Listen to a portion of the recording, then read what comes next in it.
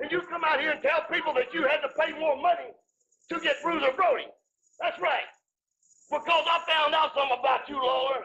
Nobody wants to be your tag team partner because you've got a disease, boy. I've checked on you. You have a disease and they call it AIDS.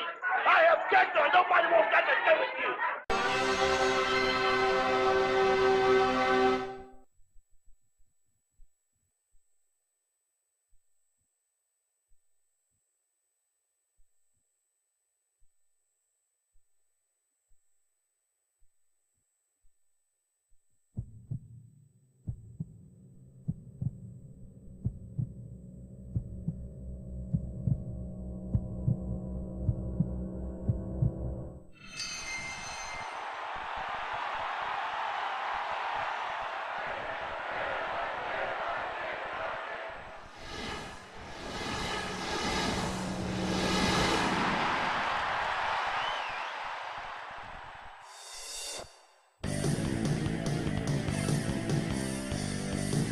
And welcome back to Retro Wrestling Games Presents. I'm your host, Juan Cena, and with me is wrestling video game enthusiast, Luke Martin. How you doing tonight, Luke?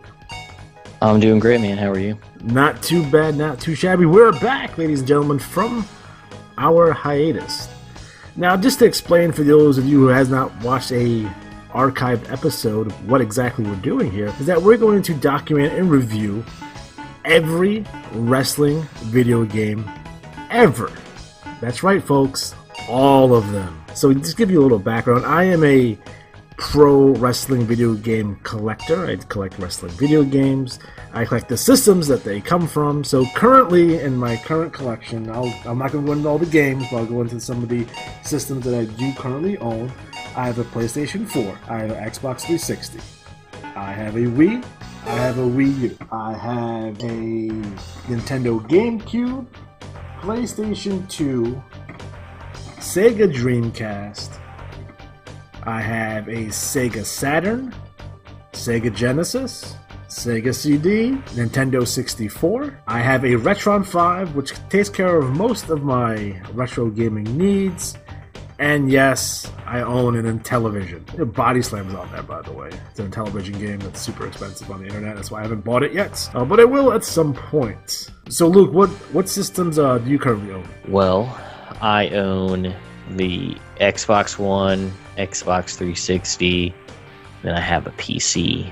So, I would never download an emulator or ROMs because that's against the law. Against the law, we do not do that here unless it's arcade games and we have no choice. Right. But again, I would never do that because it's corrected by copyright. However, I have had, throughout my life, I've had the original Xbox, PlayStation 2, PlayStation, Super Nintendo, and Sega Genesis.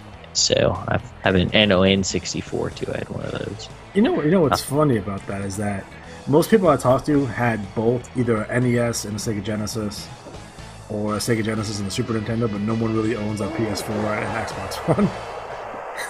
That's true. Because they pretty much do the same things. Yeah. And people can argue about that. I don't know. I like PC gaming now, and I can get pretty much whatever I want. So yeah, I'm slowly but surely going that route myself, especially with the explosion and popularity of Steam at this point, and I get basically most of my gaming needs from that. So I still play with the controller. I'm not really all that keen on with the keyboard, but it takes some of us console players a little bit longer, but we'll get there eventually. So today's episode, we're going to take a look at Fire Pro Wrestling S 6-Man Scramble for the Sega Saturn. Fire Pro Wrestling S 6-Man Scramble was released in 1996 for the Sega Saturn. Probably one of the more underrated and unheralded Fire Pro games.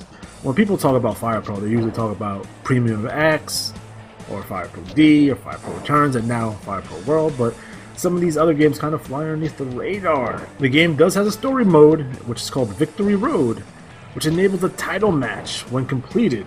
Match types included in this game is One Night Match, Open League, One Night Tournaments, Elimination Match, Battle Royal, the debut of Deathmatch, and the return of gruesome fighting, which is kind of like UFC or MMA. As most Fire Pro games, Wrestler Edit Mode is extremely deep. and these games usually include every wrestler ever. End of. So that being said, I'm going to quickly go into the rosters. So the roster includes Tatsumi Fujinami, Riki Choshu, Keiji Moto, Hashimoto, Chono, Hase, Hisugi Sasaki, Ikuza, Sato, Harada, Kido, Tenzan, Nishimura, Kojima, Yuji Nagata, Ichiwawa, Yamagati, Jushin Thunder Liger, El Samurai, Hanaga, Kanemoto, Otani, Chris Benoit, Eddie Guerrero, Koshinaka, Kimura, Goto, Ohara, Nogami, Masawa, Kawada, Taue, Kobashi, Akiyama, Izumida, Amhori, Honda, Jumbo Shiruda, Stan Hansen, Steve Williams, Johnny Ace, The Patriot, Gary Albright, Doug Furness, Ogawa, Fuchi, Kikuruchi, Dan Crockett, Rob Van Dam, Hayabusa, Nakamaki, Tarzan Goto, Mr. Gazuki, Great Kabuki, Razuma Go, Takano, Mr. Pogo, Terry Gordy, Mike Awesome, Mankind, Headhunter A and B, Ricky Fuji, Sabu, Orihara, Tenru, Fukuki, Hamaguchi, Arata, Koji Katao, Big Titan, or Fake Diesel, Ultimo Dragon, Jado, Guido, Chris Jericho, Negro Casa, The Great Sasuke, Super Delphin, Dick Togo, Taka Michinoku, Terry Boy, Funaki, Tiger Mask, Hulk Hogan, Randy Savage, The Undertaker, Vader, Bam Bam Bigelow, Sting, Great Muta, Rick Steiner, Scott Steiner, Hulk, Animal, Flash Norton, Bret Hart, Diesel, Jinsei Sasaki, Kurosawa, Shawn Michaels, Goldust, Ric Flair, Takada, Tamura, Anjo, Kakihara, Sano, Takayama, Yamamoto, Medea, Yamamoto, Nagai, Koshaka, Volkan, Tony Howman, also known as Leuven Borga, Fujiwara, Funaki, Suzuki, Yamada, Ken Shamrock, Bosch Rutan, El Hijo de Santo, Psychosis, Rey Mysterio Jr., Conan, Rickson Gracie, Maurice Smith, Dan Severn. And then your hidden wrestlers, because you have to earn these guys, folks. Onita, Tony Onoki, Giant Babo, Ricky Dozan, Mil Mascaras, Dos Caras, Roland Brock, Terry Funk, Dory Funk, Bruiser Brody, Bill the Butcher, Tiger Jeet Singh, Andre the Giant, Carl Gotch, Luthez, Super Tiger, Gran Hamada, Tiger Mask number 2, Davey Boy Smith, Black Tiger, Dynamite Kid, and Tiger Mask. And then in the wrestler edit mode, you can create some wrestlers if you have the right, if you can put them together properly. There's Harley Race, the Destroyer, Power Warrior, Jason Thunder Liger, Willie Williams, Super Strong Machine, Damien, Kimura, Sato, Oniya, Ravishing Rick Rude, Ted DiBiase, Yokozuna, Chris Dolman, Dusty Rhodes, Kendo Nagasaki, Gasper, Nakano, Ishikawa, Ijin, Takawawa, Andy Hugh, Dean Malenko, Leatherface, Royce Gracie, The Ultimate Warrior, Great Zebra, Kikuhara, The Great Nita, Giant Machine, Giant Kamala, Belle Delphine, Jushin Liger, another Jushin Thunder Liger in a different outfit, Freddy Krueger, Wazama, Tiger Mask number 3, Scott Hall, Dick Murdoch, Sindru, Masato Tanaka, Kimura, and then you have 2 bears of the Grizzly Bear and the Teddy Bear. So keep those in mind. So overall, there's 203 wrestlers in this game. Like I said, in Japan, they gave no shits about copyrights. So you can throw that out the goddamn window. Again, you have to go in the wrestling edit and then make sure that these wrestlers are named properly because they have different names to kind of circumvent those copyrights. again, as a Fire Pro game, it's always substance over looks or graphics. Again, it's a 2D game with an isometric view of the ring. The gameplay is fantastic, just like every other Fire Pro game ever. They didn't break any necessarily new ground. Again, the focus of this game is the 6-man matches, which we see a lot in New Japan, especially earlier in the card. So those are the big staples of this game in particular. Again, probably one of the reasons why this game doesn't get any that much love is, number one, because it's on the Sega Saturn, and number two, again, they didn't necessarily move the series forward all that much, but they never ever really do, because once you perfect something, you shouldn't go out of your way to change it. Now, in terms of the Sega Saturn, growing up, I didn't know anyone that had a Sega Saturn. Now, me personally, I went with the PlayStation 1. PlayStation at the time, PlayStation 1 now, I guess they would call it. And I was one of those people who were burned by the Sega CD. The Sega CD was awful. There's only like 3 good games on it. Full motion video sucked, but it got me to buy it, and it was really expensive. And so after that, I was like, man, the hell with you, Sega. Screw that noise. Unfortunately, there are some good games on the Saturn. A lot of them are kind of pricey if you're looking to collect those. Again, it wasn't necessarily around all that long in terms of a lifespan, because, again, they were going, they were shifting their assets to create the Sega Dreamcast. Sorry. So, look, I know you saw a clip of this game. What are your initial thoughts? I know you didn't play this game, so. Yeah, I was 11, and I didn't know anybody with a Sega Saturn.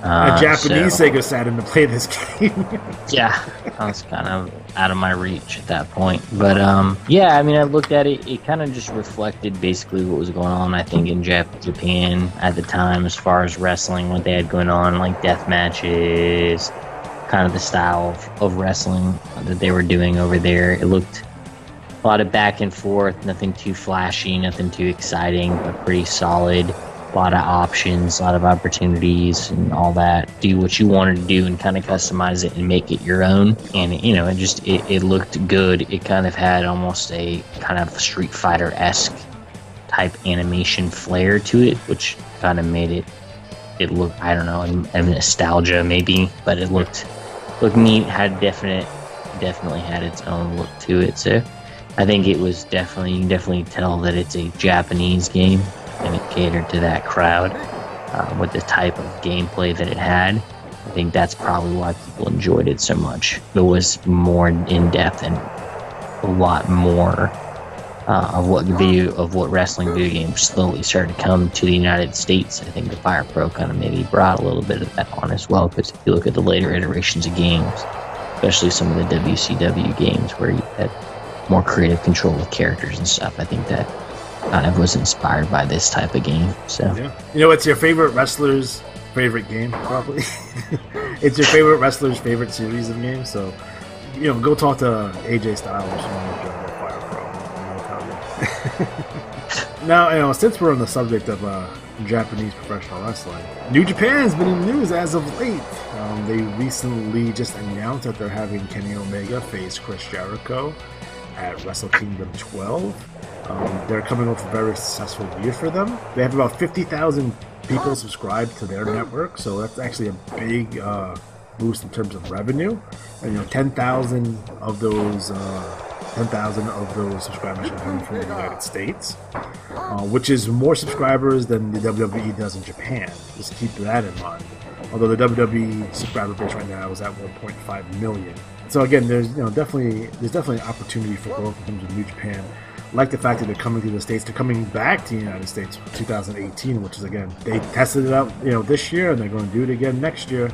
So I'm real kind of happy about that. So, Luke, what are your thoughts on Jericho and Omega and kind of the seemingly increasing popularity of New Japan Pro Wrestling in the United States?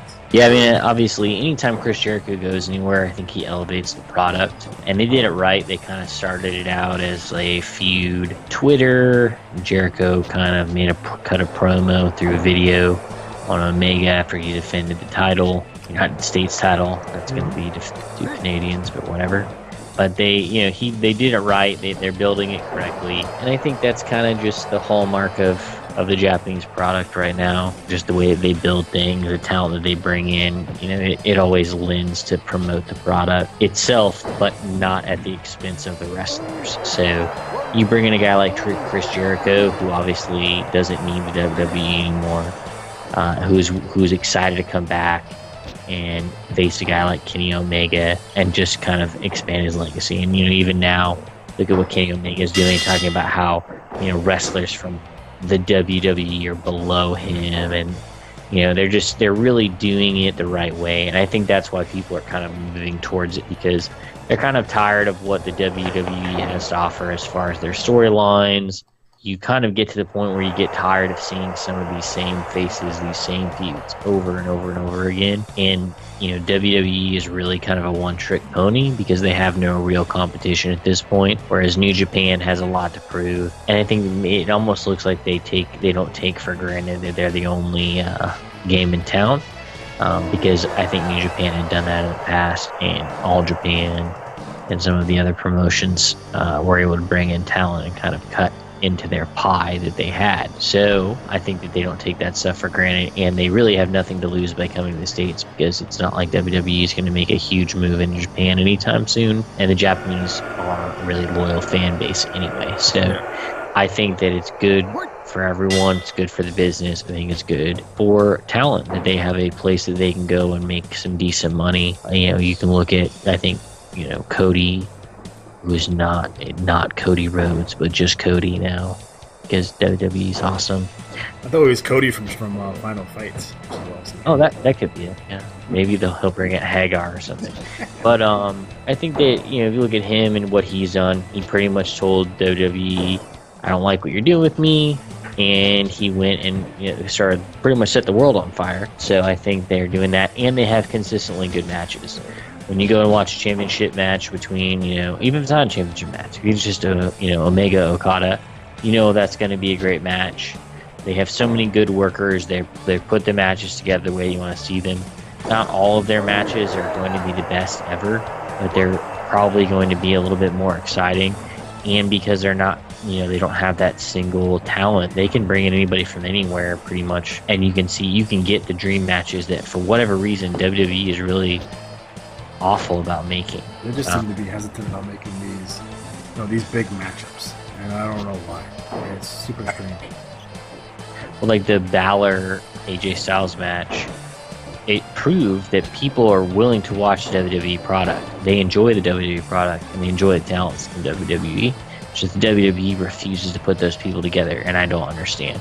Because putting Finn Balor and AJ Styles together, they basically just called a match in the ring, and it was the best match of the night. It was easy. I think that there's some other issues going on with WWE right now. Hopefully that will change in the future, and hopefully New Japan will, in the meantime, continue to grow here in the United States. So when WWE does end up coming around, they'll have some stiff competition to go up against. And I think at the end of the day, if there could be kind of a mass exodus from WWE with some of their younger talent, or some of their talent has been overlooked, I think that would only benefit them. I mean, just look at like Nia Jax, who's tired of getting jobbed out to Sasha Banks.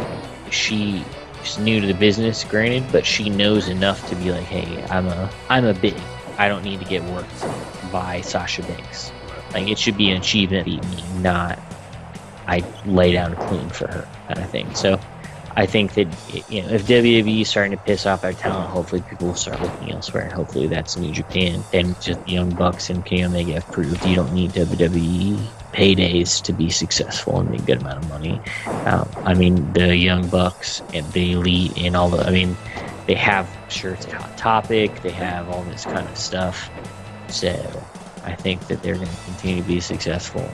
And I think that it just kind of proves that you don't really necessarily need the WWE anymore to get over, because people consume so much more on the internet than they do on actual live television. And granted, that's where the money's at, but I think there's a couple of things there. Number one, I think the Young Bucks have proven and laid out the blueprint for guys to go out and get their own money, kind of do-it-yourself mentality, without needing the machine behind it. So that's good. In terms of New Japan, I've been a fan of New Japan for quite a long time. And it was funny because back in the late 90s, early 2000s, I would go into, I guess it was called Suncoast at the time, or FYE, whatever it was before that, video store, and I was able to buy FMW tapes from them, which I still own. They're released by Tokyo Pop. And I was wondering, like, how come they don't release any New Japan stuff? Like, I want to see some Muda matches, you know what I mean? And they never did, because they thought Americans were like, the Japanese, whereas like, they're not going to be interested in Japanese wrestling. It's America. They should be liking American wrestling. And they understand that it had a lot of crossover appeal even in the late 90s. So they never really pursued that. But I guess over time, over the years, as kind of the American audience and the American demand has grown, they're like, all right, we have to concede to this. Like, we have to go over to America because they're really buying our product. And a lot of people say like, oh yeah, Japanese wrestling doesn't connect to casual fans. And I can only speak from my own experience, but I have a New Japan hoodie, and every time I wear it, I get stopped all the time. Like, oh, Omega, yes, New Japan's awesome, like all the time. So I always thought that was very, it's very telling to me that I think people overestimate the amount of casual fans that actually exist currently. Right. Because it doesn't take that much to take a casual fan and have them cross the line and becoming a more hardcore fan. Because all the information's out there. So, yeah, if you like WWE and you follow a bunch of WWE guys on Twitter, and then it kind of really opens up a new world for you. It's like, oh, there's wrestling over here, there's wrestling in Mexico, there's wrestling in Japan. Like, who are these guys? Who are these guys wrestling? Like, how come these guys are on WWE TV? So it's very easy for a casual fan to turn into a hardcore fan. Probably more now than ever in history. Back in the days, trading tapes were difficult. You know what I mean? You had to pen pal, perhaps even call someone and try to get a tape of something. You have to make this interpersonal relationship with people. The internet's still in infancy. Now everyone got the Observer right in the newsletter, so it became kind of difficult, for guys to see anything that was outside Ruby, NWA, WWF, later on WCW, WWF, unless you were reading the aftermags, but those are all apparently in kayfabe too, which kind of broke my heart to hear that, because a lot of my base wrestling knowledge is based on stuff that I learned from the PWI, and to find out that no, they made all that shit up. It's like, oh, it's so disheartening. I've been saying there's a market for Japanese wrestling in the United States for the last 17 years or so. So I'm glad to see that there's a bigger appreciation for it now. Now, let's be honest, guys. Just because it happens in Japan doesn't mean it's the greatest thing ever. Some of those undercard 6-man matches can be kind of a rough watch from time to time. Right. And some of their battle royal type stuff. Some of the stuff they have on pre-shows can be a little bit tough to swallow, but it's still better than anything that WWE is putting on. It's way better than anything that TNA is putting on. And Ring of Honor, which I still personally feel is a little stale right now, although they got a fresh injection with Cody. I don't see the interest in a Dalton Castle versus Cody match at all. So to me, when I went to 14 straight Ring of Honor shows, and it was during the era, it was like right when Seth Rollins left, and he had the emergence of like Davey Richards, and Eddie Edwards, and Kevin Owens, and Sami Zayn, and Briscoes are still there because they've been there forever. During that time period when I felt I got super hot and we got super interested, because before that, people forget, like, they had Daniel Bryan, but they also had like Brent Albright and a lot of their stuff. It wasn't bad, but it was just very bland. And they kind of really set it on fire for a little bit again, but now I feel like I still kind of bland. Doesn't mean that I don't support them, I still do. But I was waiting for the next, kind of the next big thing to happen in Ring of Honor. TNA is a train wreck, but it's TNA being TNA, I guess. And then you have so many other promotions here in the United States where it would be a championship wrestling from Hollywood. MLW is on the comeback. The NWA is on the comeback. There's Wrestle Circus, and there's Progress Wrestling, and there's stuff over in the UK, and there's so much good stuff out there. And I think as wrestling fans, we tend to be very cynical. And we're haters. We hate everything, right? But if you don't like what's going on, you don't like the wrestling that you see, you can find wrestling that you like. It's out there and it exists. So if you like old school Southern wrestling, there's a promotion out there for you. If you're a guy that hates the flippy stuff, well, there's a promotion for you out there too. If you love flippy stuff, there's a promotion out there for you. If you like hardcore deathmatch wrestling, there's a promotion out there for you. If you like more of a shoot style type promotion, there's promotions out there for you. If you like comedy in your wrestling, there are promotions to serve you out there. You have to go out and look. You have to go out and find them. Just like these wrestling video games. You don't like 2K17, you don't like 2K18, well, there's Fire Pro World out right now. Give that a shot. I bet you like it. So that's why I want to keep in mind. We tend to be a very negative fan base. We tend to shit on everything, but there's so much good stuff out there right now that, go out there and find it. Yeah, I think too, like, even like, I know people are kind of focused on New Japan, but I mean, if you look at like British wrestling is like in a huge boom right now. So so if you, that's something to check out as well. Even in Japan, all Japan is still there. You got Wrestle One, you got DDT. They're still out there. I know New Japan is the biggest currently, but that hasn't always been the case. Yeah, I think that probably helps New Japan because they still have some competition at home. They're not completely, and I think the biggest problem that Ring of Honor runs into right now is that WWE just keeps buying up all their talent. And they can't, and now that people can get over in Japan, now they don't necessarily but there's talent out there for Ring of Honor. There's still a Jeff Cobb out there. There's still a Matt Riddle out there. There's still a Ricochet out there. These guys, Sami Callihan. There's still guys out there that they could bring in, and for some reason they haven't. They brought in like a Bully Ray, but now he's retired. They have a Cody that they brought in, paid him big money to come in. And understand this, that Sinclair Broadcasting, the company that owns Ring of Honor, they have tons of money. They do. They like in every market that they're in, they do a like Friday Night Lights type thing. Because when I was a recruiter, we would go and get interviewed for those, and they'd ask us questions, and that was all Sinclair Broadcasting. So pretty much any place they have an affiliate, they have a Friday Night Lights program that highlights like one college football game that I guess the military pays for, the Marine Corps pays for. It's like they make tons of money. They're in a bunch of markets that you probably don't even realize. It's like they don't have the money. So they're being smart though. They're being frugal. They're being smart. They're not going to be, this is not going to be Ted Turner in WCW. He's not going to throw $60 million at them. So they're being very smart. They want to grow it. They want to grow it slowly. It's most likely the highest rated program on their networks. They want to protect it. They don't want to do anything too stupid. They don't want to waste a lot of money on this. Again, pro wrestling at its crux. And the reason why there was so much pro wrestling on television, throughout the territory days, and even in the early days of television itself, that it's, compared to some of these television shows, professional wrestling is relatively cheap to produce. You know what I mean? So and they get good ratings. So it's cheap to produce, gives good ratings. I'm surprised there's not a lot more, what do we call them, celestial television stations out there who are trying to get professional wrestling to kind of try to compete with the cord cutters, because the one thing that they can't compete with, people that have their Netflix thing, is live television. You cannot compete with live TV. That's why sports is so important on television, because it's live. Yeah, there's other ways to stream it now, but we're not there yet. So if I was the owner of a television network, I was like, let's get TV on. It's cheap, it's live, which is super important.